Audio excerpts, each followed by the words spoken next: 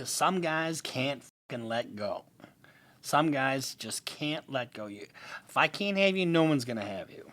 Bruce Rivers, he's the criminal lawyer. Who is he? Bruce Rivers, he's the criminal lawyer. And who is he? Bruce Rivers, he's the criminal lawyer. And what he do? And he's gonna react to all the self-snitching.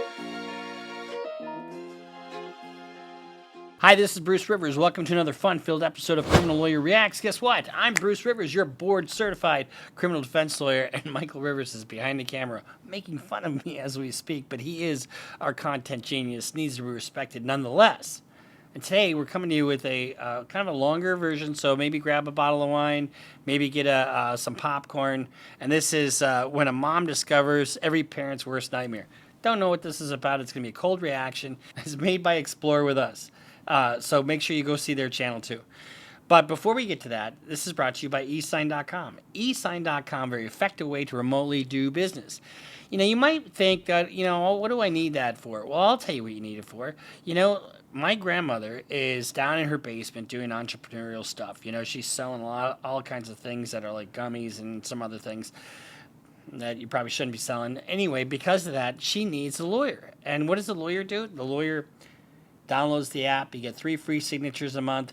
Grandma's taken care of. Grandma needs lawyers like you wouldn't believe. She needs a team of lawyers, almost like Trump does. It's a quick way to get business done. If you have any kind of business agreement that you need done really quick, you have them do e-sign. And e-sign is just a very easy way to have documents signed quickly. So eSign.com, very effective way to remotely do business, because if it's not e-sign, guess what? No one signs. All right, so let's get to our reaction here today. It's when a mom discovers every parent's worst nightmare. Where's my baby? Calm down. Where's my baby at? When you're screaming, "Where's my baby at?" when you're got lights and sirens all around you, that's not a good sign. Where's my kid? I don't care. Where's my kid? Is she in the house? Is she in the ambulance? Is she in the fucking hearse? Where the fuck is my kid? He says, "I'm home. I've got Libby's keys." "Where is she?" you say. He replies, "Dead." You need to be honest. You need to be completely honest. You've got 2 kids to worry about. If you know more, if you were there, you need to tell us now, because your life's about to change, I'm telling you. In the early hours of October 31st, 2020, Lily Hudson, a Hemphill resident, was driving to meet up with a friend when she noticed both a Honda Accord and a Ford F-150 pulled onto the side of the road. Worried that this might be the result of Halloween drinking gone wrong, Lily pulled over and inspected the Honda. However, to Lily's shock and horror, she didn't just find an unfortunate drunk driver. When she stuck her head inside the Honda Accord, she was met with the dead body of a young woman. Terrified, Lily made a call to 911. And in this never-before-seen footage, you'll see how this unimaginable case unfolded. The following footage. Whenever you have anything on the side of the road, it's fair game for cops, right? It just is. So if you are drunk and you're on the side of the road, get away from your fucking vehicle as quickly as you can. I'm sorry, I probably shouldn't say that, but better to try to avoid the situation to begin with. Footage and never-before-seen exclusive interviews have been analyzed by a qualified team, including a licensed professional counselor and a former detective, former licensed polygraph examiner, and former hostage negotiation commander and instructor. How y'all doing? Who was the one that actually drove by? You saw it first? I know you've had to explain it a bunch of times. Can you do it just one more time? Because I got to take the statement, okay? Look, he's gonna video it too. So you won't have to write nothing down, okay? All I know is I was gonna go that way, but I was like, I don't think I'm gonna make it, so I'm gonna go to the gas. Okay. I seen that where her things were on, and I was like, well, maybe, she's just having car problems. So I pulled over, and I seen throughout my passenger seat, and I was like, she must be just slumped over. Maybe she's just drunk. So you know her? I didn't know. I thought I knew. I thought it was Kanisha. Okay. That person I knew. So I'm literally like right here. Like I'm like, right there. Okay. One of the things, that oftentimes the person who calls 911 is a lot of times the person who's responsible. We don't know that yet. But when they over-explain and they give meaningless details to kind of give themselves more credibility, it's a reason to question their story. So you said you thought it was your friend Kanisha. You saw her and have her gone. So the door was already open. I was like, hey, it's like I shook her, and I was like, hey, and I was like, Kanisha, and nothing. So I looked at her. I was like, no, that's not Kanisha. So I like made sure, like, pulse, because I work for Burton. I was like, I already know. Mm-hmm. I touched her and I was like, there's nothing. That's when I called 911, and then I seen her face and I was like, that's when I just started like going in shock. I was like, there. I didn't know what else to do after that. As the police investigate the scene, they're shocked to discover that Lily wasn't the only living person there. Behind the Honda Accord, they found an unresponsive man curled up in the fetal position. As he was rushed off to the hospital, the police took note that he'd been lying next to a pair of boots, a baseball cap, and a black rifle. Through a wall. Boy, it gets, the plot thickens here. And this can't be good for the guy who's laying down. The police were able to determine that the deceased young woman in the car was 19-year-old Livy Lewis. Hey, I don't know if dispatch has notified her next of kin or not. I know who it is, so that's not a problem. I think they should have a phone number for it to SO. I was waiting for you to decide if you wanted to do that or not yet. Well, I think let's at least get her out of here first. Okay. I mean, that technically, it's y'all's scene, but however y'all want to do it. I just think if you notify them and it's closed, they're going to be clean out on the scene. Yeah, I agree. Hoping to process the scene without any disruptions, the officers decide not to notify Livy's family until their work is done and her body has been removed. One of the reasons they do that is because, you don't want to tip somebody off who may be responsible. Unfortunately, with word of the crime spreading like wildfire, this plan quickly falls apart. Darcy Bass, Livy's mother, soon arrives at the crime scene. Where's my baby? Calm down. Where's my baby at? I don't even talk to the kid. Listen, it's your kid. Where's my kid? I don't care. Where's my kid? Is she in the house? Is she in the ambulance? Is she in the hearse? Where's my kid? Oh my God! You're gonna ask me that stupid question right now? Where's my kid? Who's my kid? Where? Now, when you have somebody that's that animated, very difficult to control their behavior. And hopefully she's not going off half-cocked. But that seems like an innocent person, right? Somebody that's really concerned about and having genuine feelings of concern for her daughter. Where is my child? Libby Lewis, where is she? Where is she at? Y'all won't tell me a goddamn thing? After several minutes of begging for information, Darcy Bass, Livy's mother, is finally able to pry some information out of the stony officers. Y'all can be straight up with me and y'all can tell me.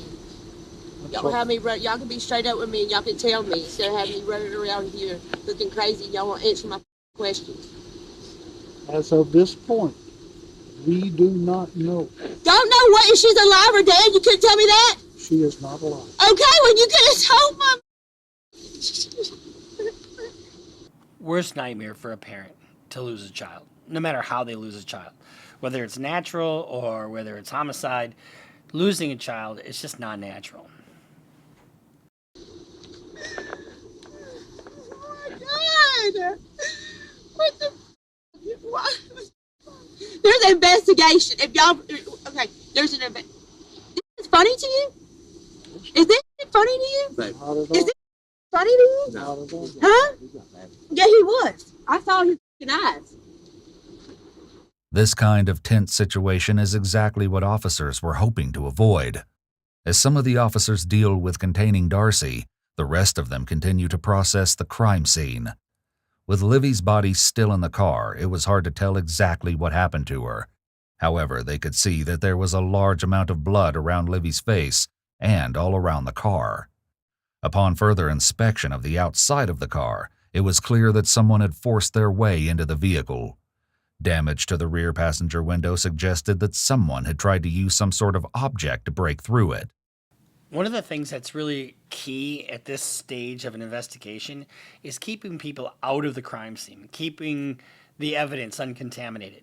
Because you're going to want fingerprints, you're going to want DNA, you're going to want tire tracks, footprints, all kinds of things. And you have people running around. You really got to control the scene. After that was unsuccessful, they eventually began kicking and striking the driver's side doors. Eventually, this individual must have been able to pry open Livy's door, leaving her vulnerable to their attack. As the search of the car continues, police eventually find a crucial piece of evidence that points them towards Livy's cause of death. Now let's talk about who would have done this. You know, you've got somebody really wanted to get in there, and somebody really was fucking pissed off at Libby for whatever reason. They had some rage. Does that assume like a domestic or somebody that knew her, a closer relationship? Possibly. What appeared to be a bullet hole was found in the dashboard of Livy's car. The size and shape of the hole matched that of a .308, the exact type of rifle found on the scene of the crime. 308. 308's a big deer rifle, so that puts a big asshole through you. Based off this bullet hole and the blood found in the car, it was eventually determined that Livy had been killed by a bullet wound to the neck. Desperate for more answers, the officers began looking into the other vehicle on the scene.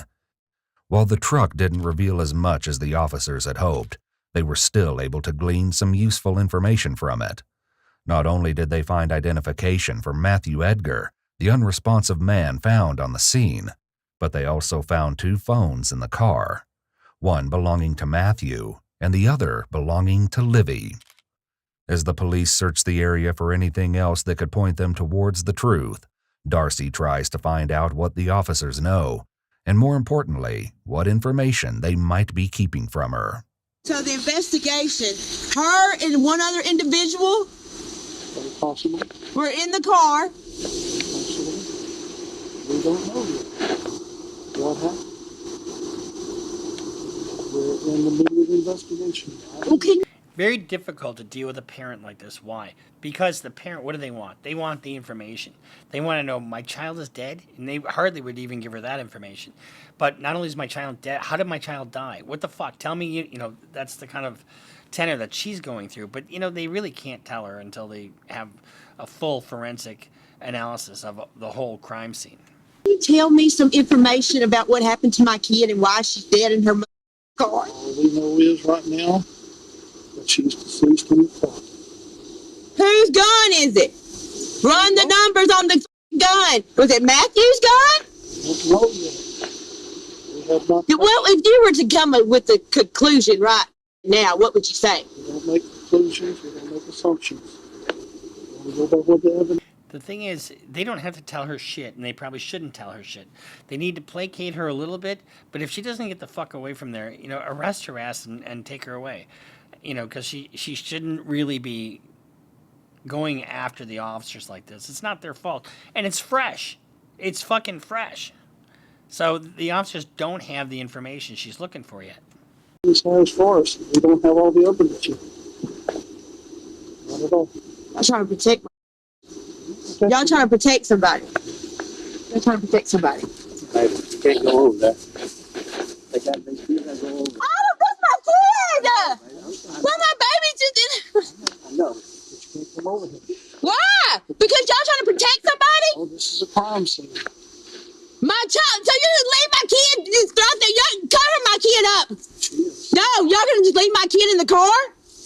You know, granted, she's laboring under some emotional turmoil because of a lost child. You know, lost in meaning lost her to death. But it doesn't help her or make her cause any more righteous by getting sideways with the officers. It just doesn't. You know, and I'm sorry, but calm the fuck down and get the hell out of my crime scene.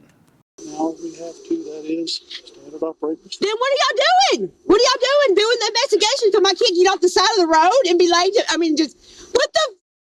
It's not long before Darcy finds out that not only was Matthew Edgar the one found at the crime, but he was rushed to the hospital.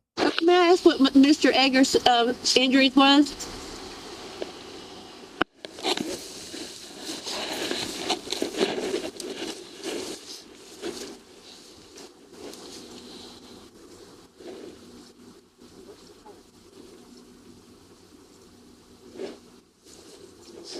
teach y'all to lie like that? Everything okay, Buster? Who can tell me why he went to the hospital? They can't tell her why he went to the hospital. They just can't tell her.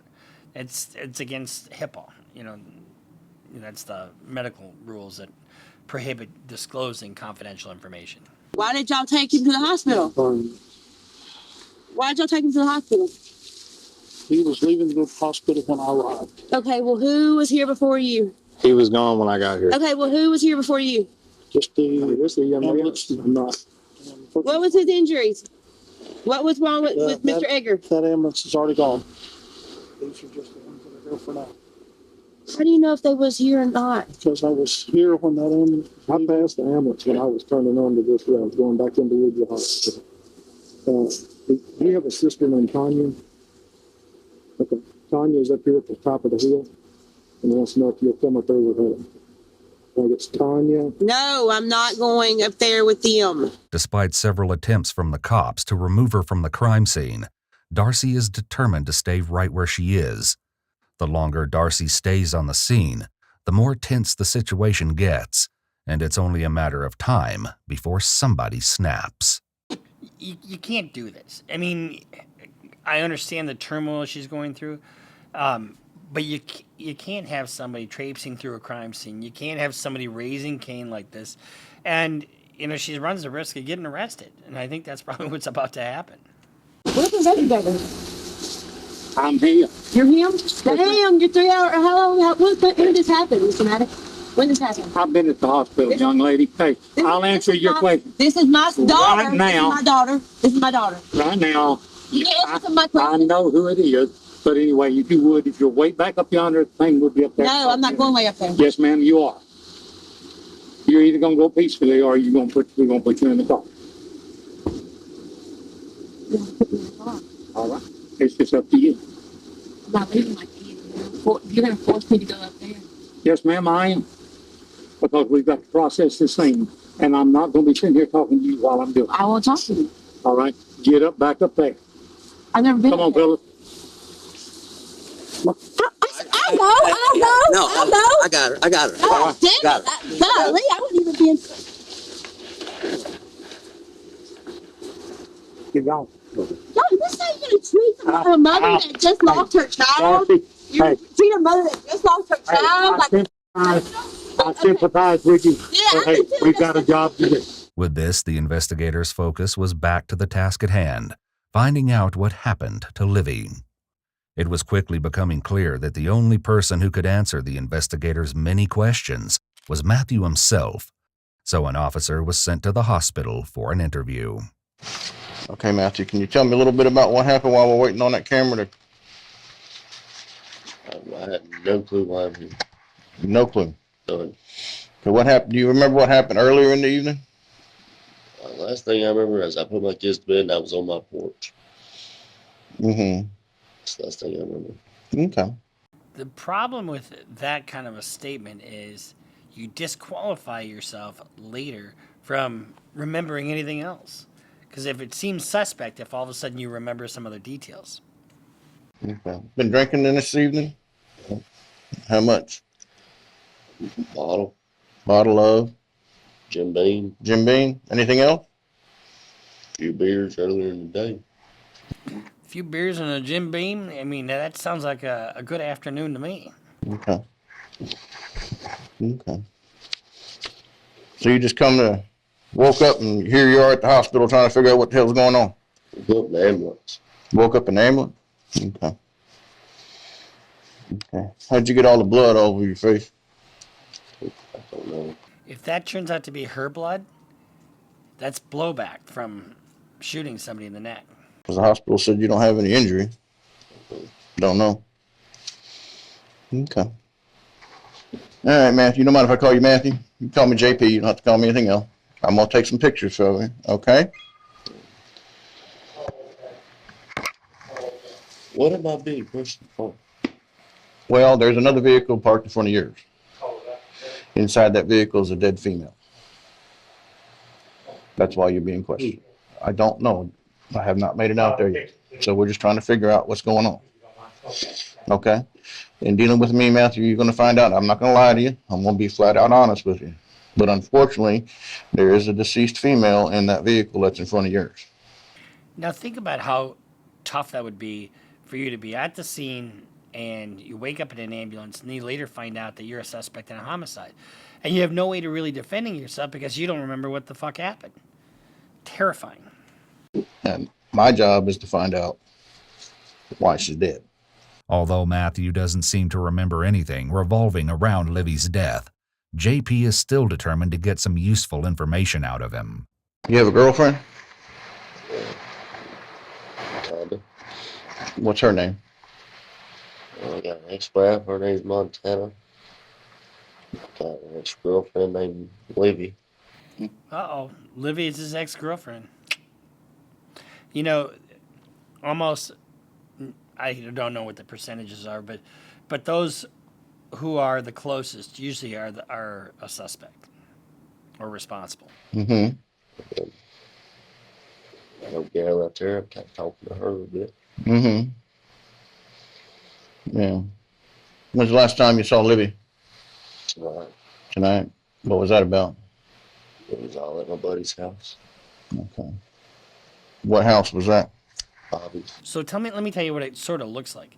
She's at her buddy's house, right? And they're drinking like nobody's business. And then she takes off and he takes off after her. Does that sound about right?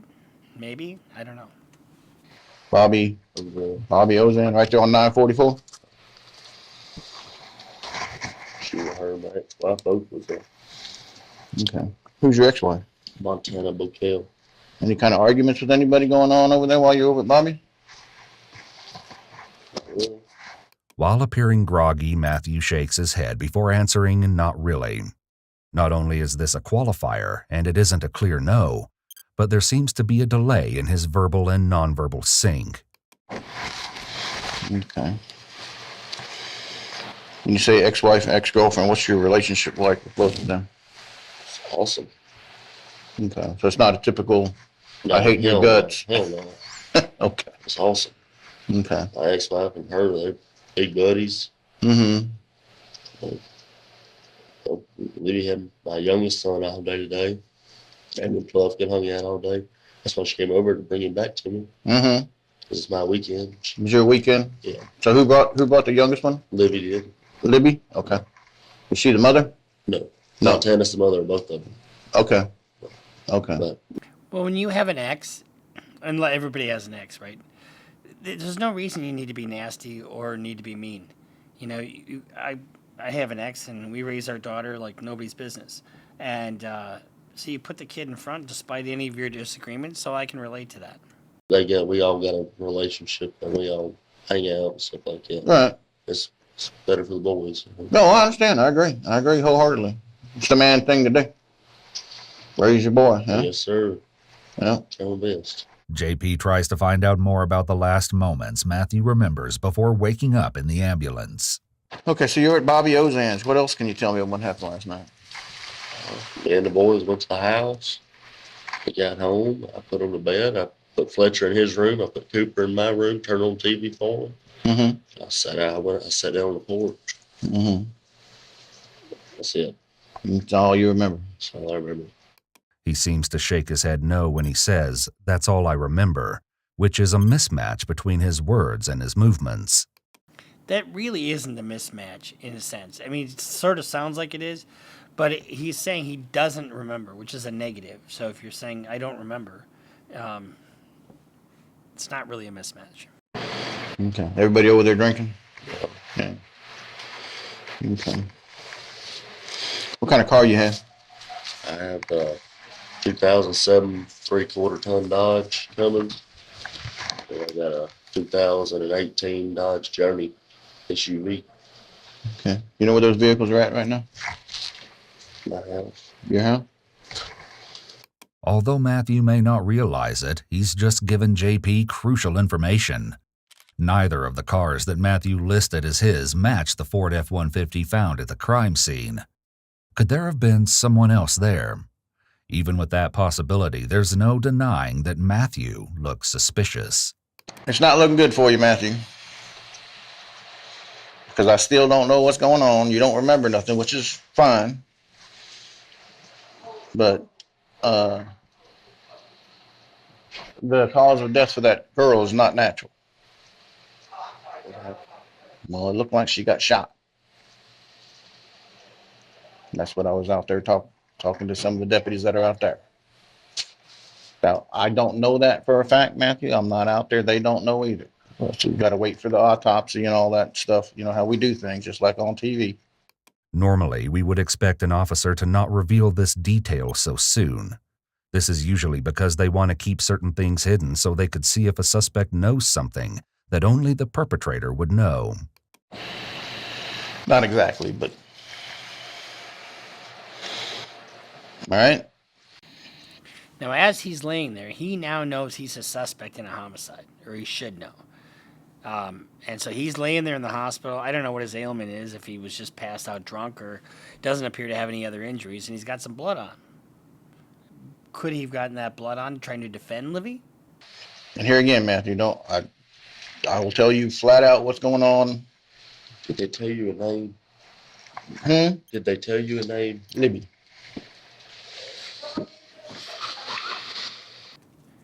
Now look at his reaction when he turns. He's got a genuine sad reaction.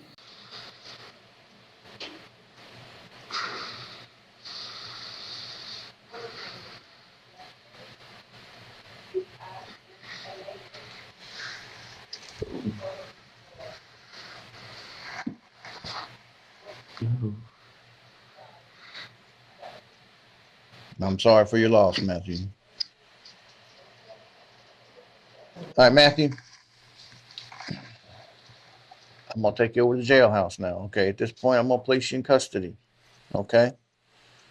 Charge is going to be homicide. All right? It's certainly interesting that Matthew isn't showing any anger or emotion at hearing this. We would typically expect to see some kind of reaction, but his face is oddly blank. Now pay attention to me. I want you to understand why, okay? Okay. You were found behind the vehicle where the decedent was. Even though he's not showing a lot of emotion, he early on he was resigned to the fact that they are going to charge him, or he's a suspect in the homicide.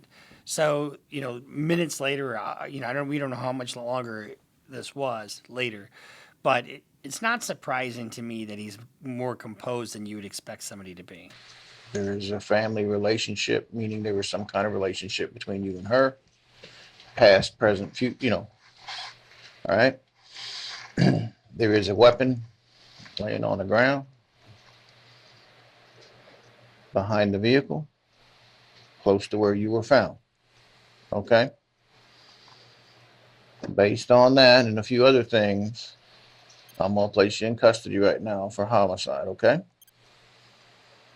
So we're going to take you over to the jailhouse. We're going to get you some regular clothes. Your clothes are going to be with. So this is just a circumstantial case at this point, right? Because and what is the difference between circumstantial and direct evidence? Direct evidence is where you see somebody walking in the snow. Circumstantial evidence is you see footprints of somebody in the snow. And the law doesn't prefer one type of evidence over the other. So it's more likely that he did is just because it's direct evidence or because it's circumstantial evidence. But what is the evidence that he did this? There is no evidence. It's just the circumstances surrounding it. They need to connect a few more dots. Even though the holiday season is over, it's not too late to still get the benefit of the bargain that I've created for you. Step one is high-performance underwear made from viscose fabric derived from organic bamboo. And this kind of material makes you not sweat, and the Lycra panels inside don't make you chafe. I'm wearing them as the way I speak. Or am I? I can't tell. I'm kidding. Of course I'm wearing them. I went skiing in Jackson Hole, and they kept everything right in place. If you order some of these right now, guess what? You still get the 25% discount. Order at least a dozen pair, because once you get these, number one, there's a 30-day guarantee. So if you don't like them, you get your money back. But that's not going to happen. You know why it's not going to happen? Because you're going to love these. I love them. That's all I wear. Go to the link down below. Order yourself at least a dozen pair, because then you got enough for a couple of weeks, so you don't have to do laundry. And you enter in the promo code Bruce Rivers at checkout, and you'll get the 25% discount that only you guys get. You will love them. Step one, get some. Be with me. There is blood stain on the clothes. Okay. Which would be indicative of, they're basically what we call transfers. Okay. In other words, you were in contact with somebody bleeding. Okay. Obviously, the amount of blood on the clothing is not sufficient for your injuries, because the only place you're injured is a little bit right up under here. Okay. You had no open cuts, no open other than your hand. Okay. Here again, that's another reason I'm going to go ahead and place you in custody right now for homicide. Although Matthew was taken into custody for Livy's murder, there was a lot of investigation to do to prove that he was their killer. So what happens is when you take somebody into custody like that, generally there's a period of time, that they have to get you into court, usually 36 or 48 hours. And one of the things they do in a homicide case, especially when the investigation is ongoing, is they'll ask for an extension a lot of times, like another 48 hours or thereabouts. But if they don't have the goods by then, they have to release him. It's believed that he refused to talk to police, maintaining that he didn't remember anything. While Matthew wasn't able to give the investigators a lot of information to go off, they knew a good place to start would be everyone who was at Bobby's party on that fateful night, starting with Montana and Bobby. Oh, y'all went to a party last night? Yes, sir. Did you go by yourself or did you? I was by myself. Yes. Okay. What, did everybody leave at the same time? Everybody left, and then all that was left was me, Livy, and Bobby. And I don't remember the exact time. Well, during the party, what was going on? Nothing. Everybody was having a good time. Everybody was getting along. I'd went to bed about 1 o'clock that night, and I just left everybody else outside doing, their thing. They come in there and woke me up. They being? Montana and Livy come in there and woke me up and said, "Hey, get up, let's go outside and drink." And I'm done. I've had enough. And I told them, I said, y'all can go stay here if y'all want to, because they was pretty drunk. That night there had been a party hosted by Bobby. Later into the evening, Matthew got mad when he heard that Livy was going to spend the night. I was in there for 5-10 minutes maybe. And then she said that she was going to stay the night there. And that's whenever I was like, well, if you're staying, I'm going to leave. I'm going. I don't have no reason to stay. I got up and I walked out. And when I walked out, Matthew was standing in the doorway. So he heard her say. So there's your motive. You don't have to prove motive. It's a misnomer that motive is an element of the crime, but it helps. It helps to know why something happened, but you don't have to prove motive. But this is motive. And you think he heard Livy say she's going to stay the night? Oh, I know he heard her, because that's what made him so mad. Based on Matthew's statement to JP, Livy was his ex-girlfriend, and they had a great relationship despite being broken up. If that were the case, why would hearing this make him so upset? Because some guys can't fucking let go. Some guys just can't let go. If I can't have you, no one's going to have you. What's the relationship with Matthew and Livy? They were dating. They've been split up for a month or so. When was the last time they was together, to your knowledge? Dating wise, her birthday weekend, beginning of October. So you come out and he's standing there, what happened then? I turned around and I opened Bobby's door back up and I was like, Matthew's here and he's pissed. I just knew he was mad. I seen it. Bobby's bedroom door? Mm-hmm. Montana then walked out of my hallway, which walks into my garage area. And I could hear a bunch of screaming and beating, and so I knew they was fighting automatically. I tried to walk past him to leave, and he wouldn't let you? No. He tried to choke me. He what? So now we got him really angry and physical with other people. He tried to choke me, and then that's when I went and got Bobby. Montana and Bobby's version of this party is a far cry from the harmless, peaceful party that Matthew described earlier. Well, when I go out there, he's over there kicking her car and beating her car and all that. Well, he goes after her again. Well, I just grab him and hold him up against the car and scream at him, quit, whatever. Well, he's just yelling top line, he's going to kill us and all this other stuff. And Okay, now we got a threat. He's going to kill you. I mean, so inch by inch by inch, we're getting closer to Matthew being responsible for this homicide. You know, guys, don't put your fucking hands on a woman. There's no reason, no matter what the argument is, I don't care what the argument is, walk the fuck away. There's no woman that's worth you ruining the rest of your life because you need to either make a point or you need to control your woman, or, you know, it's just, please, honestly, be a man. About that time, Livy comes behind me, headed toward her car. Everybody had a car. He had a vehicle. Montana had a vehicle. Livy, they all three had their own vehicle. Her car was parked over towards Woodline. Well, she started to her car, and he took off after her again. Or took off after. What did I say? What did I say? A fight between two people and then one taking off after the other. Her. So I got him and strained him up against the car again, and she come shooting out of the driveway, turning up the road, and then Montana got to her car and got back in it. And then as soon as I let him go, he tore out and got his car, and he gave chase.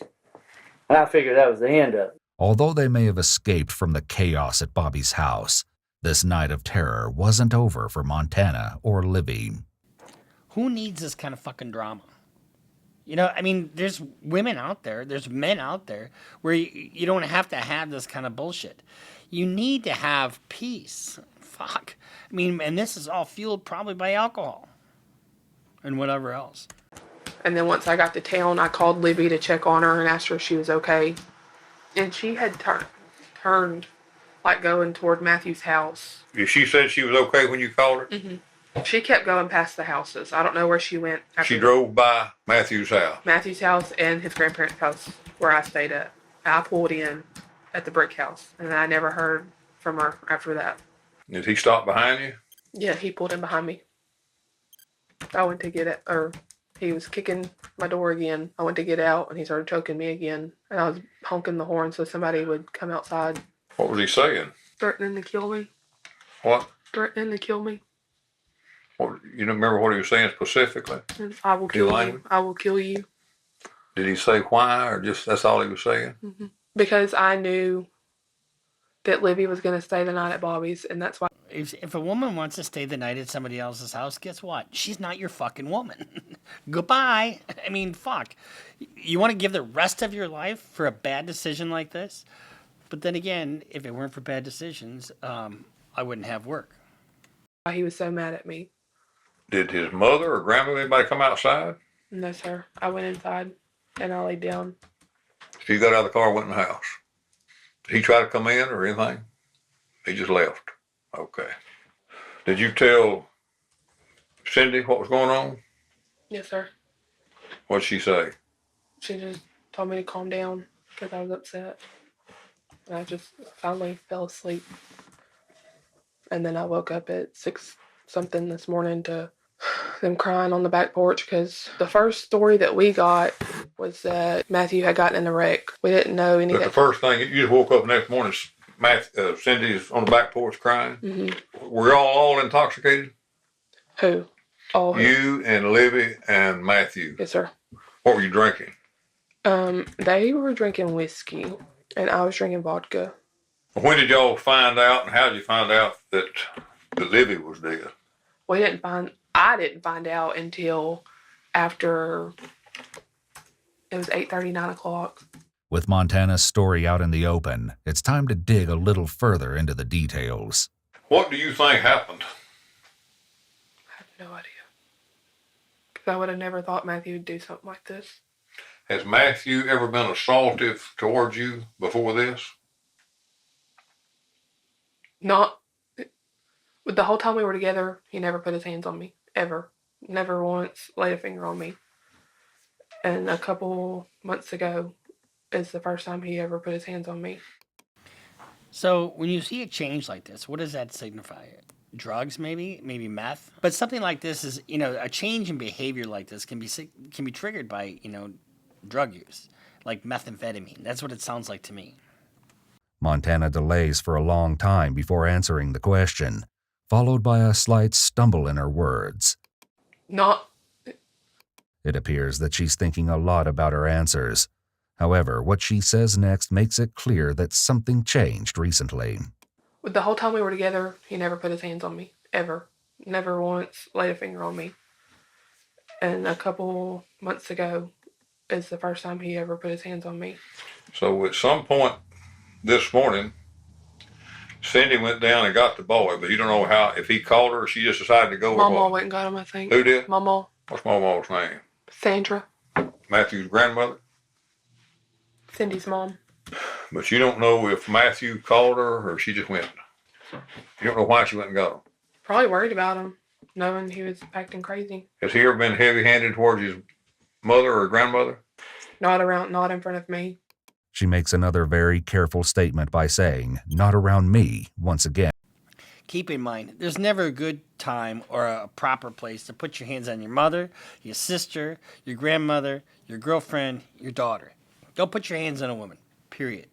And making it seem like she's being cautious about what she's sharing. Have you ever seen a Matthew be rough with Livy? I haven't. Have you ever heard it? She complained to you? Oh, yeah. Huh? They both complained about it. She'd hit him and he'd hit her. Montana's interview was certainly enlightening. However, the investigators still had questions. What had happened between Matthew and Livy after Montana had left them? Desperate for answers, investigators searched Matthew's home. Not much of use was found in the house. However, it was lucky that investigators searched it when they did. Just a few days after their search was completed, Matthew's house burned to the ground. While Matthew's mother Cindy claimed the fire was started by a gas leak, many around town felt that someone had burned it down in retribution for Livy's death. That's pretty common to have somebody seek retribution like that. I mean, it happens all the time. Not necessarily burning a house down, but taking revenge for a death is really common. Despite the strangeness surrounding the house fire, no one was ever found responsible, and it was ultimately written off as an accident. Still, investigators began to feel the pressure. They had to solve this case before someone burned down more evidence, or possibly even attacked someone involved with the case. Unexpectedly, one of the biggest pieces of evidence was found at Matthew's grandparents' house. In the afternoon of October 31st, Zachary Hogan, Matthew's cousin, discovered Livy's key fob in the front lawn of the house. How had Livy's keys ended up so far from her car? This wasn't the only shocking discovery Zach made that day. While out on the lawn, he realized that his prized vehicle had been stolen, his Ford F-150. So one of the things, especially in the first 48 hours of an investigation like this, you don't get all the information at once. You get dribs and drabs, and the police officers have to, detectives have to put things together.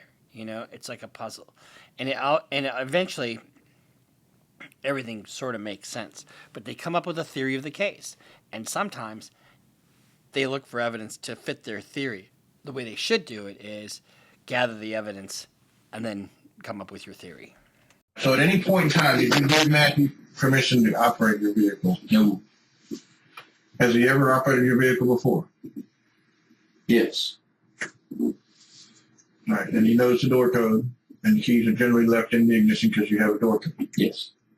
And I told him the door code That day, about noon. So what was your reaction when you found out your truck was not there? I was mad. Okay. Did you have a assumption of who took it? Yeah. And who was that? Matthew. Did you know where your truck was when you saw it missing? No. It's clear that at some point in the night, Matthew drove back to the brick house to swap cars, although his motivation behind this strange decision isn't clear. Is it possible that when Matthew swapped cars, he may have been seen by someone at the house, someone who might have been willing to help him? The police were already over at Matthew's, and you were walking out just to see what's going on? Yeah. And you found these keys. Yeah. Tell me about these keys you found. They were just laying in the rocks right beside the driveway. They're the little white rock, blue rock, what? It's like gravel, blue rock, kind of like blue rock? Yeah. Next to the driveway on the right side of the driveway. Pulling in from the highway? Yeah.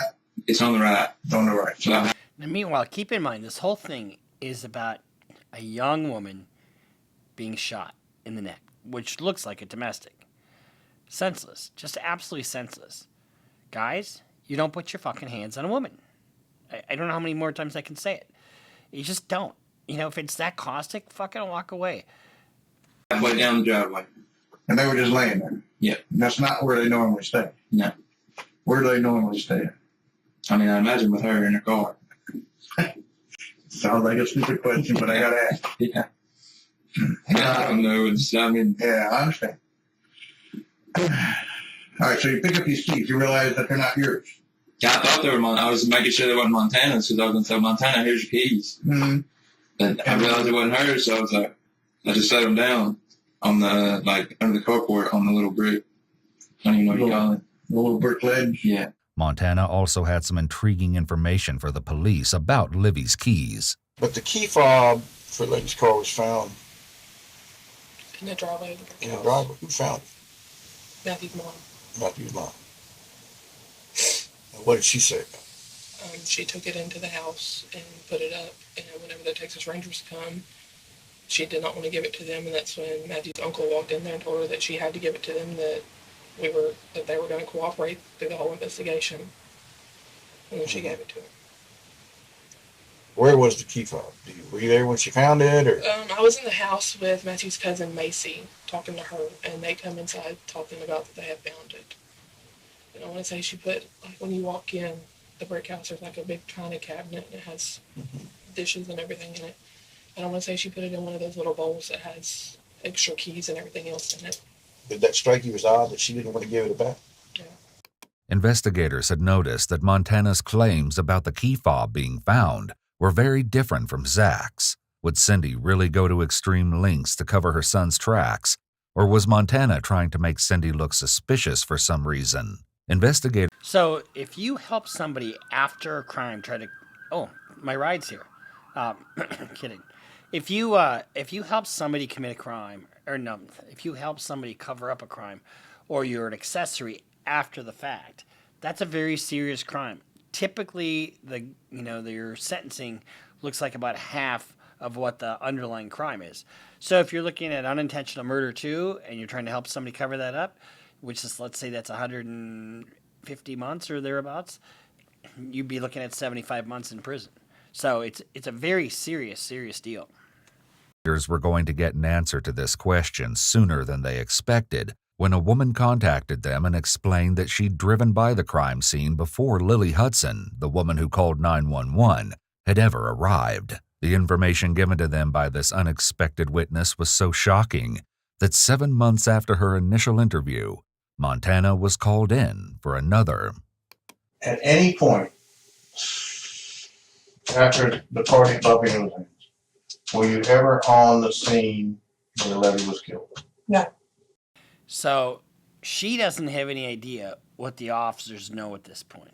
So if she has any culpability in this whatsoever, she needs to shut the fuck up. That would be my advice. No.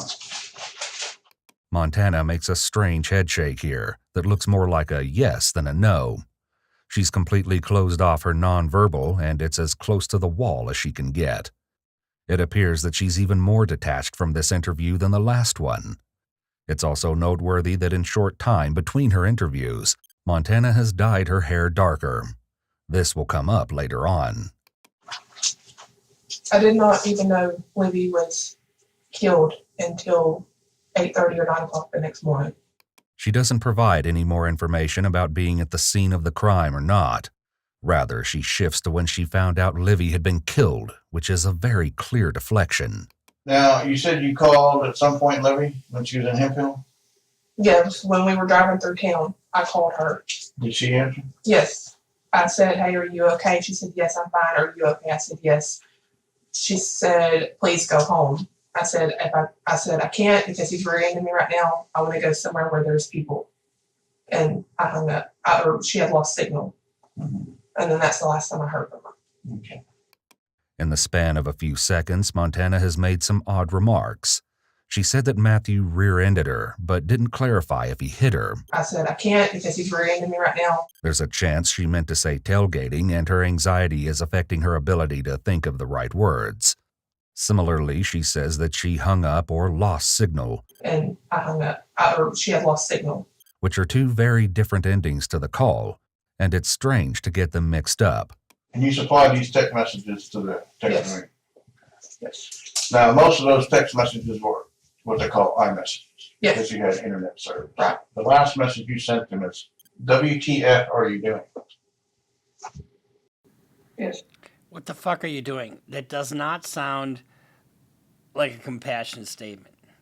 You know, when I tell my son, WTF, he gets anxiety because he thinks I'm pissed off. You know, and it is what it is. He's just shaking his head yes. Yes. What was that about? I don't know. But you never left the house. Yes, you fucking do know. Yes, you do. This is, now it's getting interesting. You never left the house. No. Never went outside. No. Because that's a text message. That indicates that you were outside of Wi-Fi when you sent that text message. So that implies it's a whole. All your other messages were iMessages, so you had internet service, you had Wi-Fi, whatever. When you sent that message, it's a text message, so that means you were outside of Wi-Fi coverage. Right. But I never left the house and I never went outside. Though it's hard to see because of the table, it seems like Montana is displaying some anchor point shifting and leg fidgeting. Either way, it's clear she's experiencing increased discomfort about that text. She's pushed herself up against the wall, trying to put as much distance as she can between her and the detectives. Despite Montana's insistence that she never left Cindy and Sandra's house, it's clear that the investigators have information that makes them suspect otherwise. And one of those text messages Edgar told you asked where's Libby. What was his response?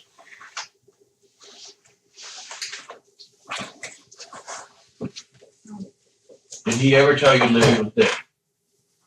Yes. And that was during those reports of those text messages you supplied to the text line. Yes. What were you thinking? I didn't believe him. Mm-hmm. I just thought he was talking out of his head because he was drunk. And you've seen Matthew drunk before? Yes. How drunk was he that night? Drunk. He'd been drinking whiskey. Just whiskey or? Yeah, just whiskey. He hadn't been drinking no beer. Or it was mixed. It was a mixed drink, I think. Montana's body language isn't aligned with what she's saying, and she corrects herself after she's shaking her head no. She's clearly really nervous, which could be because she's just lost her best friend and the father of her child appears to be involved in some way. This would shake anyone. But he never touched any beer? Not that I know of. Have you ever known him to have whiskey before? Yes. And how did he react to that? Keep in mind now, this is 7 months after she was killed. He just can't handle it. Like, what do you mean you can't handle it? I always thought it made him like mad. Like he got mad easier. Got drunk faster. You've been with him when he drank whiskey prior to this, and he's gotten drunk. What does he do when he wakes up? Does he remember? Does he not remember? Does he ask you what happened? Nothing like that. Anything like that? No. Not really is an interesting answer here, perhaps indicating that sometimes he has memory loss, but not as much as he's acting like he has now.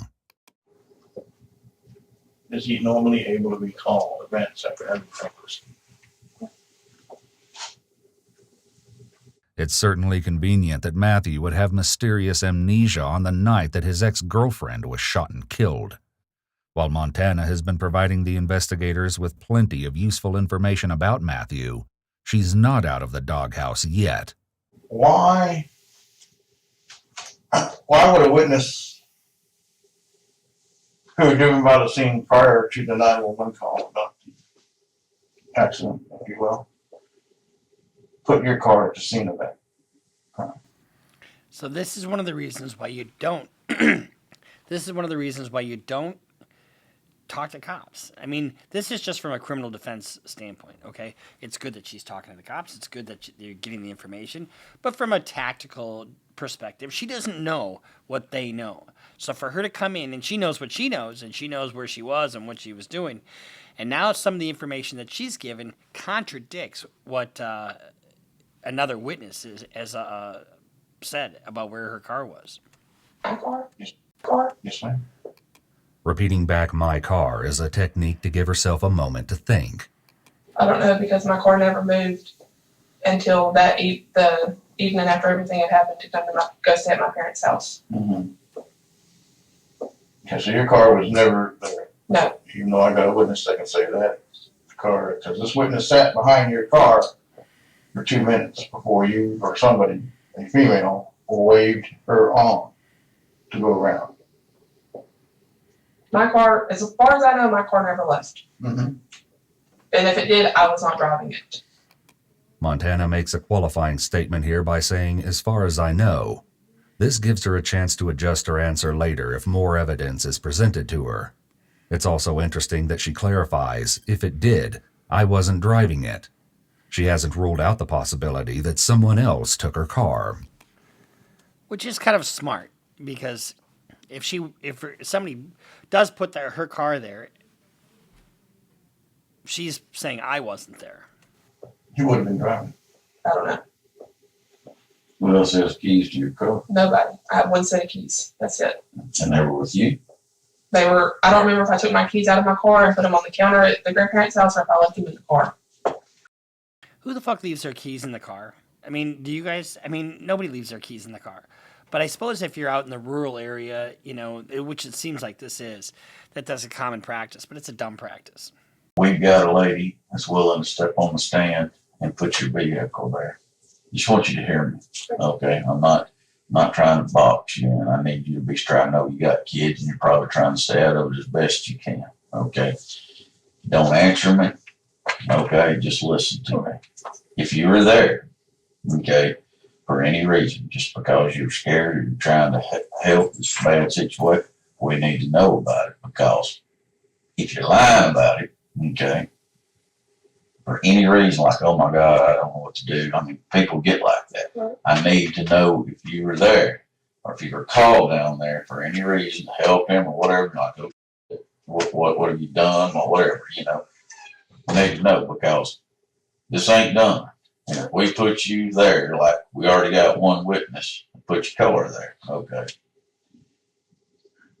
There's a difference between being a witness, okay, and being a suspect. You understand?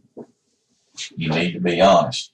You told me that you told him that you had no idea that she was dead. Well, he texted you clear as day. Let me see your phone again. I'll show you the text.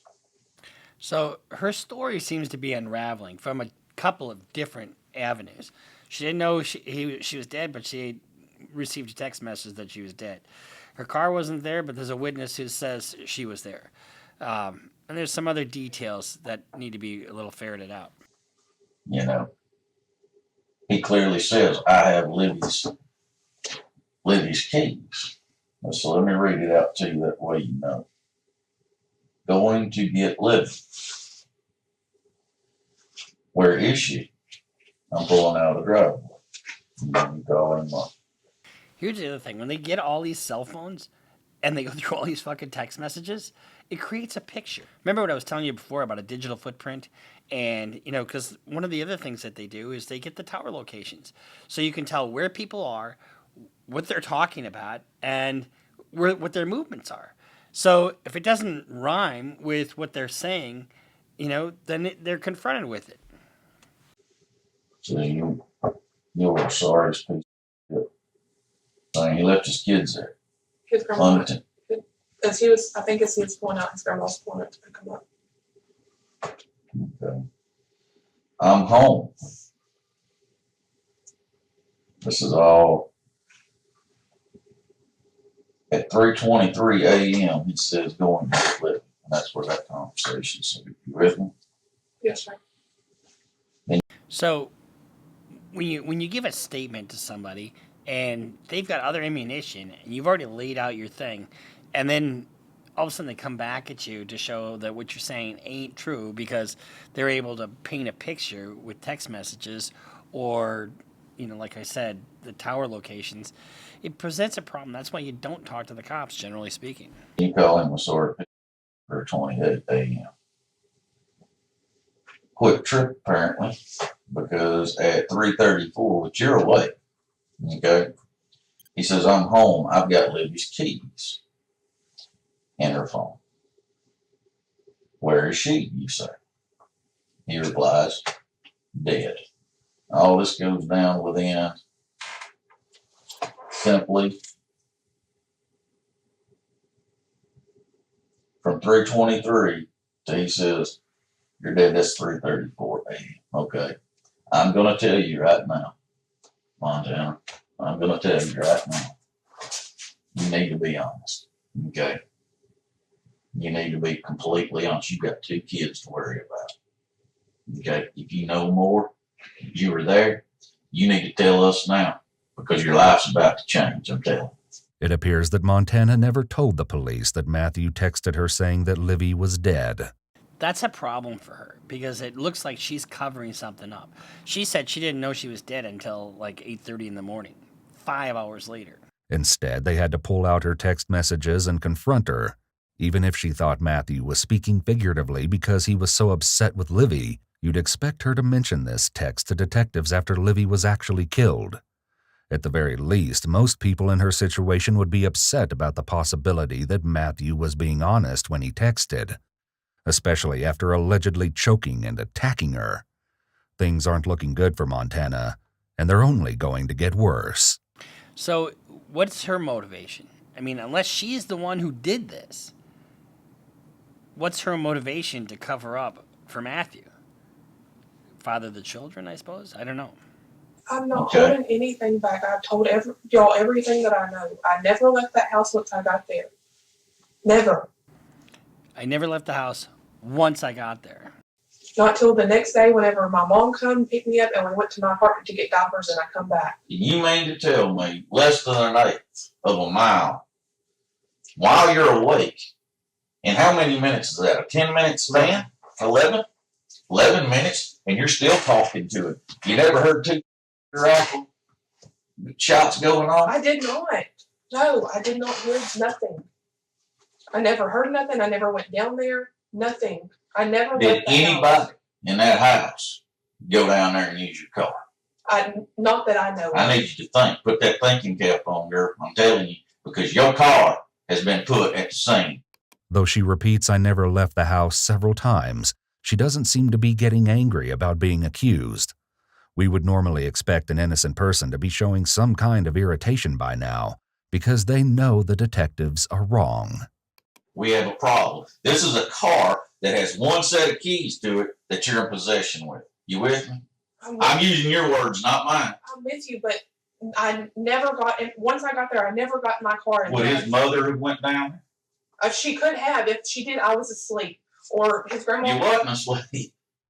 The witness who saw Montana's car also claimed to have seen a woman at the scene of the crime, though she wasn't able to get a good look at her face and couldn't positively identify her. Still, this leaves an intriguing question. If Montana is being honest and the witness is correct, could another woman have driven her car to the scene? That's why, okay, so this is circumstantial, right? And so they can make a case that it was Montana, but, the more she digs a hole for herself, I was asleep. No, I wasn't asleep. I was fucking texting Matthew at the time. Okay, you're texting this gentleman. Why he's in the middle of a homicide? Okay, for when I God's was awake, sakes. his mom never left. And that'll be Cindy. Correct. I know there's something you holding back. There's nothing. Ma'am, I'm just telling you, like I said. There's nothing. See, the narrator talked a little bit about how she would, was calm, and she look at her now. She's acting frustrated that they're not believing her. Nothing I'm holding back. Montana has been repeating "not that I know of" and has her palms up in a non-confident position while making her statement. She's also engaging in a lot of self-soothing. This is completely understandable given the accusations, but again, Innocent people are going to start being really irritated that they're being accused.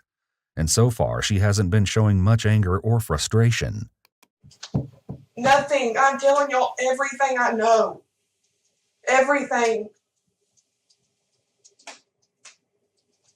I understand I have 2 kids. This is why I've agreed to do everything that y'all have asked me to do. That's true. Everything. I'm not holding nothing back. Libby was my friend. She was my kid's stepmom. Despite Montana's emotional pleading, the investigators still think there's something she's holding back. Determined to get the answers they're looking for, they hook her up to a polygraph machine. Now, the polygraph machine is not something that's required. Number one. And number two, it's not allowed in court. So I would never do a polygraph machine because I'm a nervous guy anyway. And so if she's having all this anxiety, it's going to give you some false positives, or false negatives, that you're lying. It's important to note that polygraph machines are not admissible in court and have been known to be inaccurate. Well, have you ever had a polygraph before? No. Okay. A little nervous coming in, worried about it? Yeah. Are you? Most people are. Once in a while, we do polygraphs with our clients just to see, how they would come out. And guess what? If we get a really good one and they pass the polygraph, we'll disclose it to the prosecutor. If they don't, we don't have to disclose it. I'll tell you my experience with that is the nervousness comes from one of 2 or 3 different areas. One, just unknown, never having done it before, just nerve-wracking.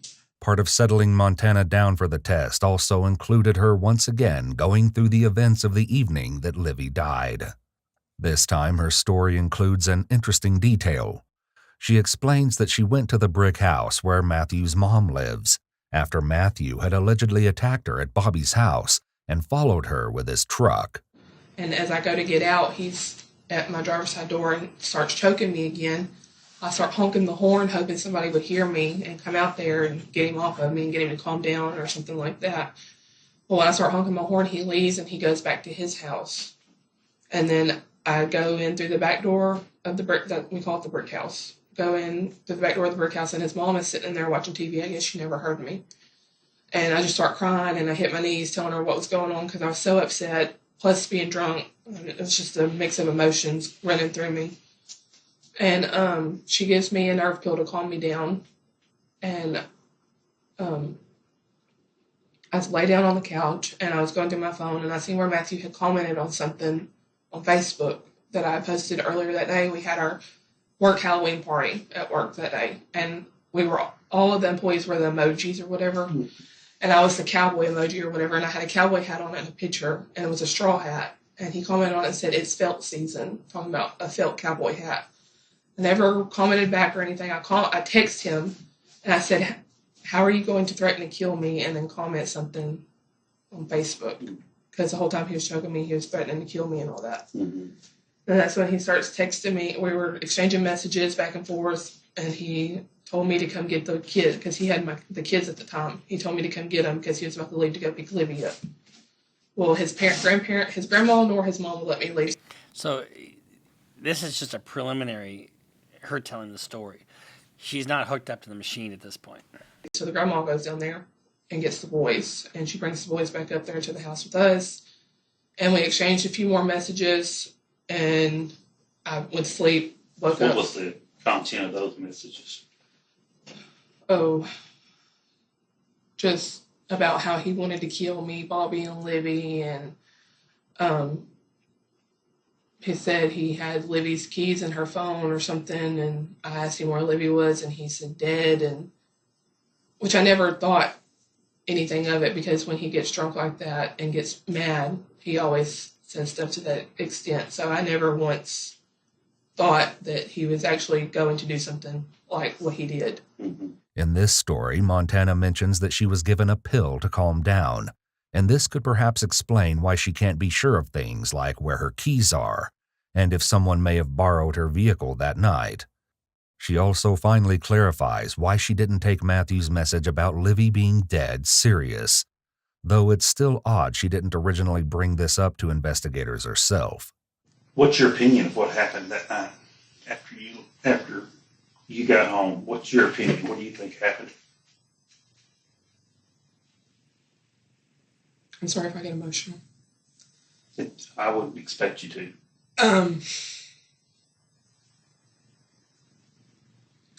It's not fair.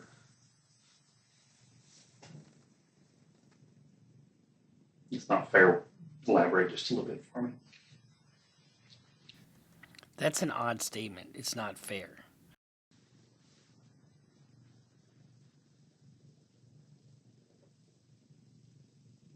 Libby didn't deserve what happened to her.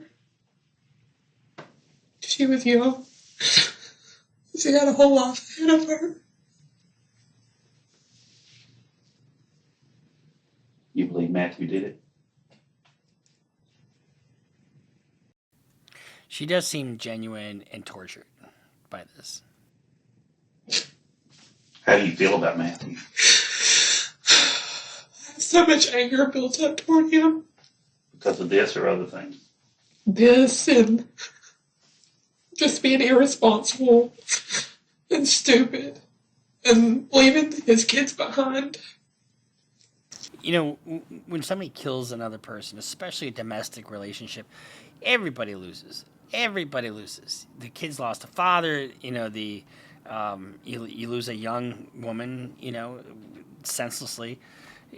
Domestic violence is just absolutely irrational and not necessary. Any love left between you and him? I'll always have a special place for him because he's the father to my kids, but no. After getting Montana's insight on Livy's death, the officer runs Montana through a practice test, one with interesting results. Oh, and just to let you know, your body did respond the way that it should when you tell the truth and you tell a lie. You are a terrible liar. Your body responds really strong. I am a terrible liar. During a polygraph exam, the individual being questioned is asked some easy questions with obvious answers, as well as difficult questions related to their case. To answer each question, Montana is instructed to tap once on her leg for yes and 2 for no. Regarding Livy's death, do you intend to answer truthfully each question about that? Did you shoot Livy? Did you participate in shooting Livy? Are you covering for the person responsible for Livy's death? Oddly, Montana's last tap is not 1 or 2. It looks like it bounces about 3 times. Given how clear her other taps were, this is strange. As well, her eyes shift, indicating that perhaps her thoughts are racing in that moment, causing her to tap more than twice. Something about being asked, "Are you covering for the person responsible for Livy's death?" seems to have rattled her.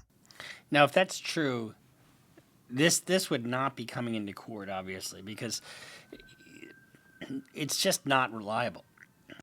There are major problems with the polygraph. For one, the pneumograph sensor is to monitor the breathing and should be attached around her ribs. The examiner should have been paying attention and noticed if she is an abdomen or chest breather. Either way, the lower tube should be placed above the belly button. He has this placed down too low, near her waist. People don't breathe that low. As well, the cardiovascular sensor, or cardio cuff, should almost always be placed over the brachial artery in the upper portion of the arm. It also is on the opposite arm as the GSR, sweat sensors on her fingertips. In a rare event like missing an arm, it can be placed on the calf of the leg, yet he places it around Montana's calf and didn't even attempt to put it around her arm. It's measuring the heart, which is a long way from the calf. There are many other issues with this. One quick one would be the size of the cuff.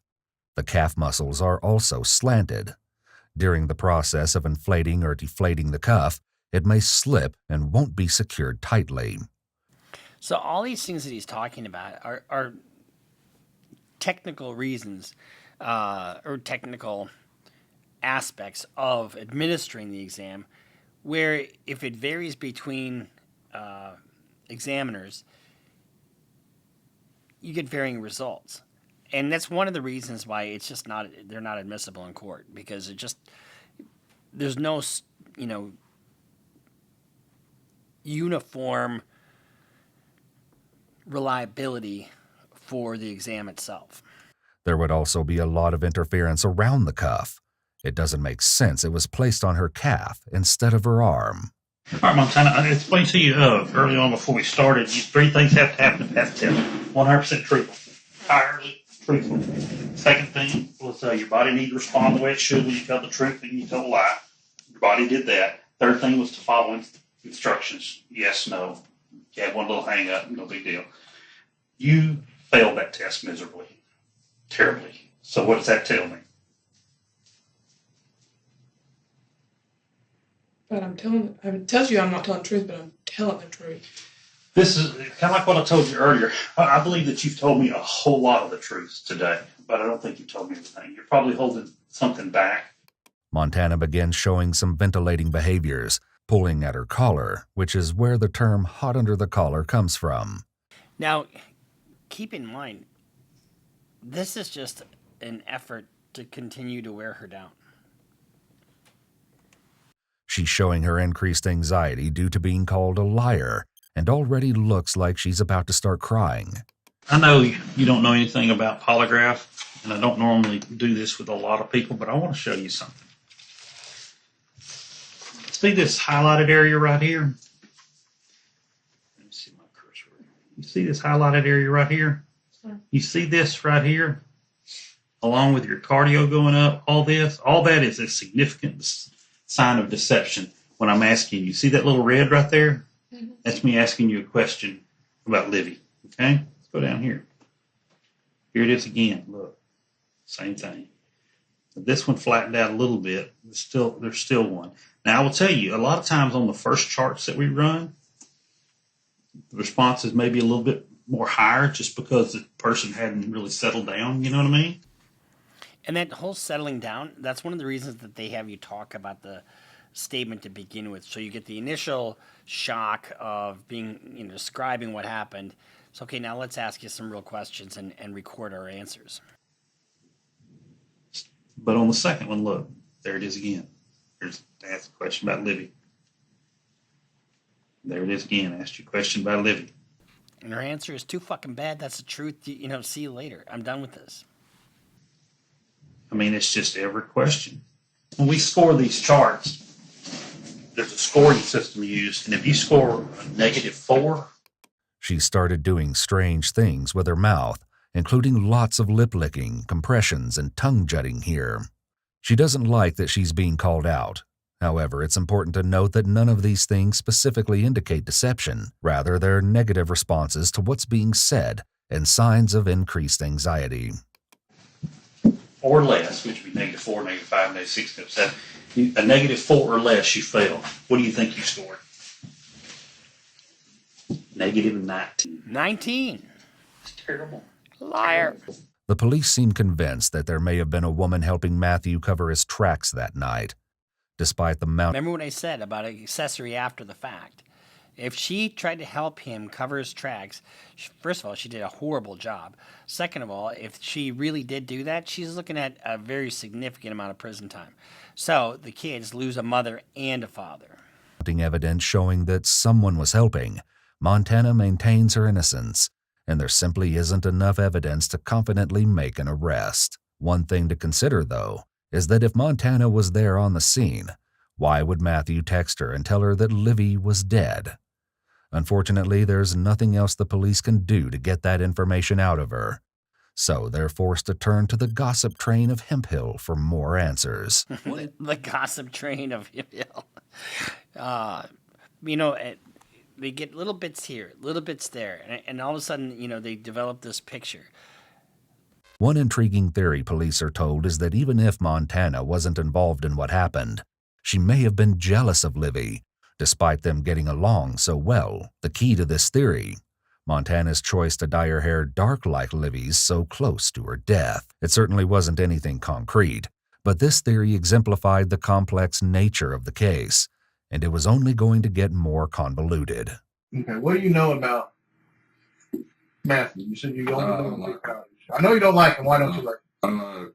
He's just, cocky, always wants to run his mouth and everything. I know he was crazy and his family's crazy and everything, and Matthew's done some dumb before. Yeah, I don't like Matthew. I think before all this, I never liked him. Mm-hmm. I mean, I just think, I don't care for him. Have you ever known Matthew to threaten to kill anybody? Yeah. He was with Livy, but Montana starts dating somebody else. It just pisses him off, and he's like, I'm going to kill him, or, popping off. Jealousy is rooted in insecurity. And when you have this irrational bullshit, they're not together. So who gives a flying fuck? Go date whoever you want. Let's live and let live. But some guys just can't handle their women, no matter whether they're together or not, being happy with somebody else. Ladies, stay the fucking far away from those guys as you possibly can. And those signs you should see very early on. A guy getting jealous of you talking to friends. A guy that's trying to isolate you. It's just stay as far away from domestic violence as you possibly can. Like that, yes. I've heard him say it. Have you ever took those threats as being serious or just... You told me Matthew's a jealous type. He runs around with Montana still. Even though they're ex-wife. Doesn't know it. Runs around with Levy. And then we had the third girl that these two don't even know about. And yet he's jealous because they're seeing... That's kind of... Is that Matthew or is that... That's kind of him. I hate to say that, but that's the way I see it. Can you tell me Matthew's... Was he aggravated? Did he seem aggravated that night? These questions about how Matthew was and what his character is not admissible in court. The character of the defendant is inadmissible unless the defense brings out good character. Then the prosecutor can bring him bad character. However, his mood at the time, his relationship evidence, how he was in a relationship, that is fair game. Was he happy? Was he... And before everybody started getting there and everything, it was just being Bobby and him. He'd been drinking whiskey for like 3 weeks straight. And he'd been acting different than he normally acts. He'd been waking up like at daylight and starting drinking whiskey and drink all day long and all night. So Levy's told you in the past that Matthew would threaten. What would he threaten to do? Well, she's told me there's been times where he's threatened to hit her or whatever, and then one day they had gotten into an argument and she came to Taylor's house, and I went over there. So now what she's talking about is the statement of a dead person, right? And so if Livy told her something about Matthew, generally it's not admissible because it's hearsay, unless there's an exception to the hearsay rule. And the hearsay rule you could have an exception like an excited utterance, like she was crying and he had just beaten the shit out of her and blah, blah, blah, and then she said this. That would be admissible because it would be an excited utterance. So there's other ways that they can get at statements from somebody who's not available to testify. With her, and we were all just laying in Taylor's bed, and she was telling us about how, I don't remember if she said that Matthew threatened to or if he really did, but she said something about how he had threatened or either did pull a gun on her. Have you ever known Matthew to be violent towards Livy or Montana? Yeah, both of them. Have you physically seen that? So if you've heard it, like from Livy, it's not coming into evidence. If you saw it, it's coming into evidence. It's true about seeing bruises and cuts and all that. And he's told me he's done it before out of his own mouth. You've seen bruises? He's told me. Now that's a statement of the defendant. That comes in for any purpose whatsoever. Cuts on who? Both of them. On both Livy and Montana? In an exclusive interview with Ewu, Colby Pearson, a former friend of Matthew and Livy, gives more insight into the tumultuous relationship hinted at by the residents of Hemp Hill. When they first got together, it was a toxic relationship to start. Me, Kaylee, Matthew, and Livy used to hang out together, drinking in my garage, having fires. Me and Matthew hunted, fished, stuff like that together. I didn't have any real feelings about it until he started getting physical with her, and then I did have some feelings about that. Livy would tell Kaylee, and Kaylee naturally would tell me, my buddy that I've known for forever, and he's not doing the right thing, but they're just gonna get back together next week, and then I'm gonna look like a bad guy. And I really wish I'd have navigated it in a different way. It was a rocky road. I've came to terms with it. I don't think that I would have ever changed anything, no matter if I would have got physical with him. Mm-hmm. And shown him how it felt, or that's what I really wanted to do. So now, if he saw some violence between he and Livy, or between Matthew and Livy, that violence that he saw would come into evidence. It's called 404B. It's a prior bad act of the defendant. But I wish I would have, but it wouldn't have changed anything. I think it'll just created more drama, and I think we still would have been dealing with the same outcome. So there's no direct witness that says they saw Matthew shoot Livy. Okay, we have some circumstantial evidence, but one of the biggest parts of the circumstances are the tumultuous nature and the violent nature of their relationship.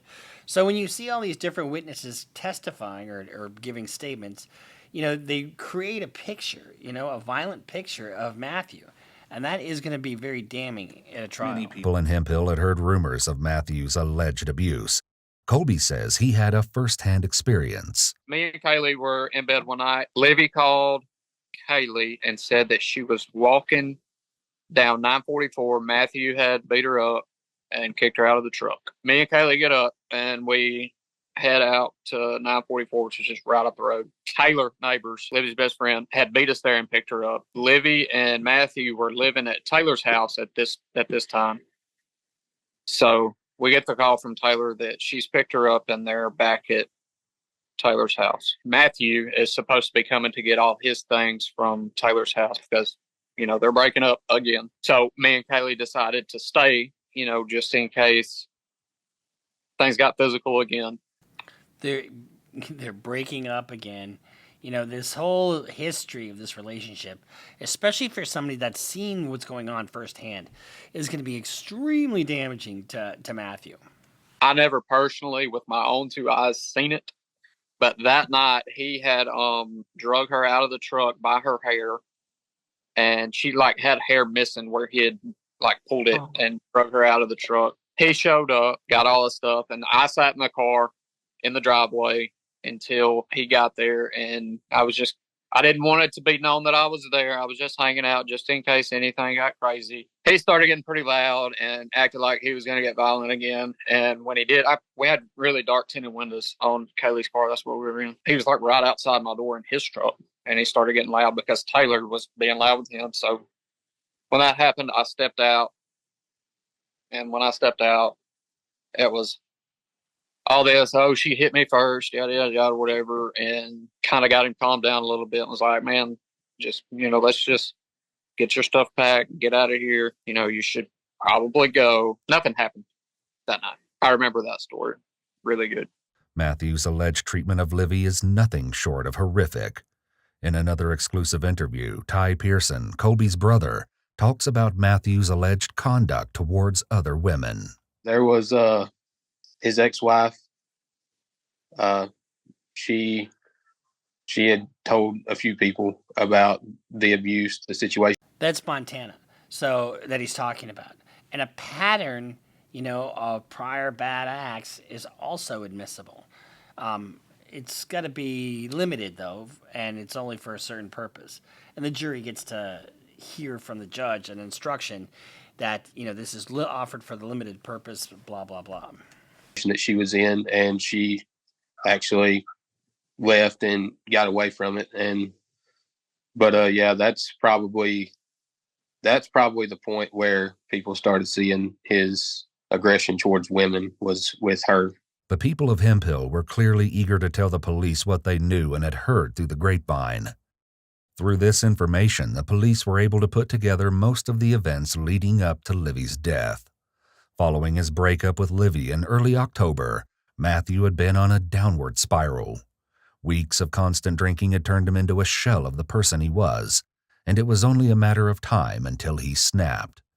Driven by jealousy, Matthew attacked Montana at Bobby's house and eventually chased her to his grandparents' house and damaged her car. Isn't that what I said from the very beginning when we started this? That this sounds like somebody taking off and then a chase ensued. Eventually, he must have gotten back in his car and searched for Livy. Although they had little information about what might have transpired between the two that night, investigators were able to determine that Matthew ran Livy off the side of the road before kicking and hitting her car. Eventually, he grabbed his rifle and shot her. To what end is that? And that's just a drunken rage, pissed off. You fucking rejected me, blah, blah, blah. Fuck you. What the hell is that? I mean, what the hell is that? Guys, you can never, ever be like that with a woman. You can't take out your aggression on a woman. Take it out on a bag. Take it out on a, boxing or go work out or get something physical out of your system. If you're that angry that you got to put your hands on a woman, you've got problems, and you need to go get that fixed. Kids shouldn't see that. A woman shouldn't see that. You need to be an example of peace and strength, and not the kind of strength where you manhandle somebody. This is just bullshit. Believed that he took her keys and stole his cousin's car sometime after Livy had died. What still isn't clear, though, is exactly why he then decided to curl up into the fetal position near Livy's car and wait for someone to discover him. Even though the police now had a better idea of what really happened October 30th, there was still plenty of drama for them to deal with, because this case was far from over. Ranging from conspiracy theories involving the cartel to a prisoner on the run, and more than one arrest. When prosecutors failed to indict Matthew within 90 days of his arrest, he was out of jail on a lowered bail of only $50,000. Having Matthew back on the streets was a recipe for disaster, and tensions were high all throughout town.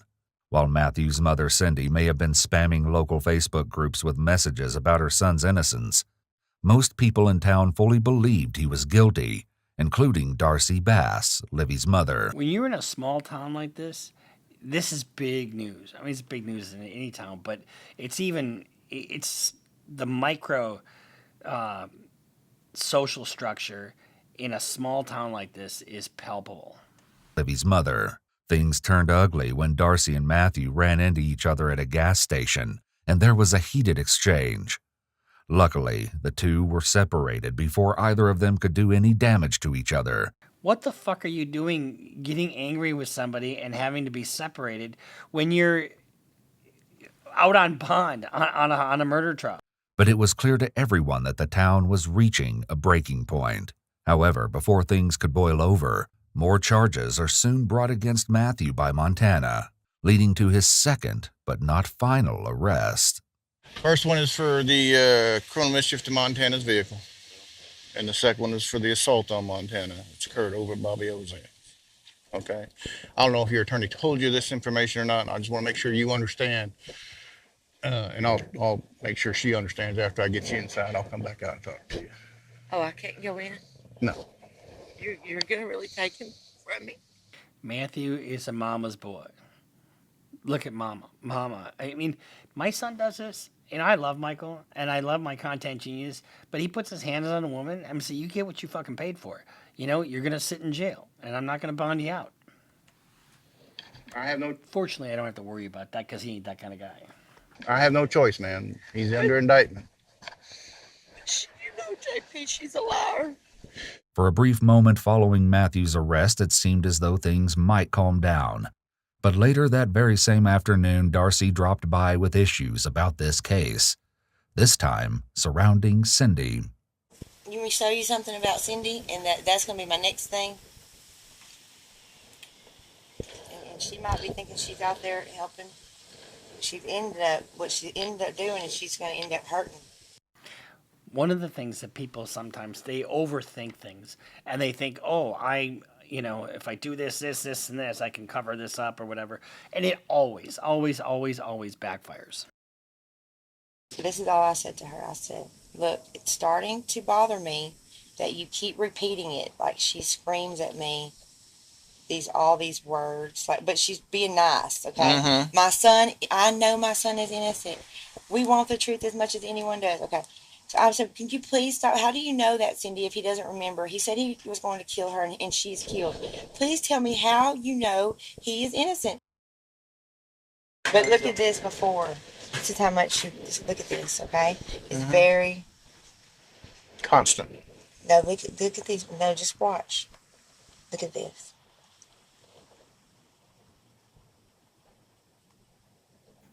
You ever get those long texts?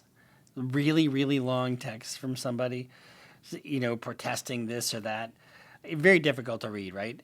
And so, but that's usually born out of panic.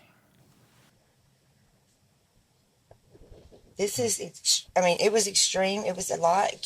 She got me with the little boys, Well, they all say the same thing, pretty much. Oh, no. No? Oh, no. She's saying all kinds of things. All kinds of things. Like she knew something that I need to go and meet her and talk to her about, and which I didn't, Mm-hmm. She's saying that, oh, my daughter would like to fight and all this stuff. Based on Cindy's alleged harassment of Darcy, it's clear that she's willing to do a lot if she thinks it's what's best for her son. But just how far would Cindy be willing to go? Seemingly, Cindy wasn't the only one who believed in Matthew's innocence. Within a Facebook group known as the Matthew Edgar Case, Hemp Hill, Texas Unfiltered, a conspiracy began to spread that Matthew had become $30,000 in debt with a drug cartel. The theory then claims that members of this cartel murdered Livy, staged the crime scene in order to frame Matthew. So remember we heard about that in the Murdoch case, that, it was the drug cartel. The problem is that there's no other fucking footprints. There's no other tracks. There's no other evidence. And so when this is just a futile attempt to try to deflect blame from Matthew. And then injected Matthew with unknown drugs to erase his memory.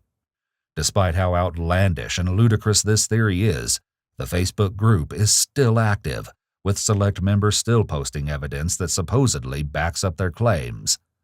This evidence usually consists of text messages about local drug dealers or posts tearing apart the information provided by the police. On January 25, 2022, Matthew Edgar's long-awaited trial finally began. Still claiming that he had no memories of the night in question, Matthew entered a not guilty plea. The first 2 days of the trial proceeded normally. However, one glaring issue halted the trial on the third and final day. Matthew Edgar was nowhere to be found. It appeared that while out on bond, Matthew made a run for it, hoping to escape his inevitable conviction. Come to the trial, day one, everything was, they didn't really lean either way. And day two, it started leaning more towards he was going to prison. So you finish that trial. What do they call that when somebody takes off? That's consciousness of guilt. He saw the writing in the wall and took off. And they always find him. And I believe that's when he was like, he's got to go. And here's the other thing. You don't show up for your own fucking trial. Do they stop the trial? Generally not. They can trial you when you're not there, and they go forward anyway. It's called trial in absentia. That means they can try you in your absence. And you know what? You think you're gonna fucking win then? Think again. He got to get out of there. It was all surrounded by his grandparents' house, and we got there, and we all went looking for him. Everybody. From that day, from what I understood, from what I talked to everybody that was there, they turned dogs loose on his trail, and they made a circle through the woods, came out to the highway, and lost his scent. So somebody picked him up at the highway. Matthew's disappearance came as a surprise to many, as there had been no signs that he was planning something so daring. Rumors soon began to surface about the morning of his disappearance. This is the story that was told when law enforcement got there, is that he was on the phone with his lawyer. He got mad. He got a gun out of the house, and he took off walking, is what they told law enforcement. He did have an ankle monitor on, which obviously doesn't do any good when they expect the fugitive to charge the ankle monitor. Well, yeah, and you cut it off, and they get notified if you cut it off. Despite his absence, it was eventually decided that his trial would continue without him. In absentia, Matthew was found guilty for Livy's murder and was sentenced to 99 years in prison. While Matthew's sentencing might have brought Livy a sliver of justice, the community of Hemp Hill wouldn't be satisfied until her killer was behind bars. Unfortunately, it would be quite some time until that became a reality. It was believed that Matthew was hiding out somewhere in Sabine County with the alleged assistance of his family. And on December 29, 2022, after over 11 months of being one of Texas's most wanted fugitives, Matthew was finally caught. I bet it probably wasn't an hour after they found him that Sabine County posted on their Facebook page his apprehension photo. From what I understand, they were tipped off that he had come back around for the holidays because it was around Christmas that he was caught. From what I understand, they were tipped off and nobody was told anything. They just kind of moved in and waited and watched. Few details have been released about the apprehension, but it was announced that Matthew was found in a small house near his grandparents' home in rural Sabine County. Anybody, providing aid and comfort and, whatever to him would be guilty of a crime. According to the federal agents who captured Matthew, he was out smoking a cigarette on the back porch of the house when they pulled up. Although the citizens of Hemp Hill could breathe a sigh of relief with Matthew's capture, there was now a new worry for them. Who had helped Matthew escape? Matthew's proximity to his grandparents' house led many to believe that his family may have been involved. And in November 2023, it was announced that Cindy Edgar, Matthew's mother, had turned herself in and was charged for hindering the apprehension or prosecution of a known felon. She's not been found guilty, and the results of this charge are still pending. I think she needs to be the first of others. With his third and final arrest, Matthew is finally facing justice for the terror and suffering he wreaked on Livy and her loved ones. So, what's the lesson that we learn here? He destroyed his life. He destroyed the life of another. He destroyed his family, his sons, and everybody in their wake. All for what? Because of jealousy. Because he broke up with somebody, he started going into the bottle, and turned into a raging asshole. Fuck. Ladies, don't pick guys like this. Ladies, you do this all the time. I hate it when you guys do this because you deserve much better. So, and guys, don't do this kind of shit. I mean, there's no reason to put your hands on a woman. Period, end of story. So this has been our reaction to when a mom discovers every parent's worst nightmare. Think about being a dad and you have a daughter that, is in an abusive relationship. Do whatever you can to pull people, whether it's a daughter or whether it's a friend or anybody, to pull people out of that kind of thing. So we'll see you next time here on Criminal Lawyer Reacts. I'm Bruce Rivers, your board-certified criminal defense lawyer. Make sure you subscribe, follow us on Twitter, follow us on Instagram, sign up for Patreon, and make sure you go see step 1, order some underwear, go to eSign, download the app, and use our sponsors. See you next time here on Criminal Lawyer Reacts. Bruce Rivers just broke down your case. He know all the charges that you about to face. You ain't coming home till 2058. That self-snitching gon' get you put away. Bruce Rivers just broke down your case. He know all the charges that you about to face. You ain't coming home till 2058. That self-snitching gon' get you put away. 23-hour lockdown, please, is that my God.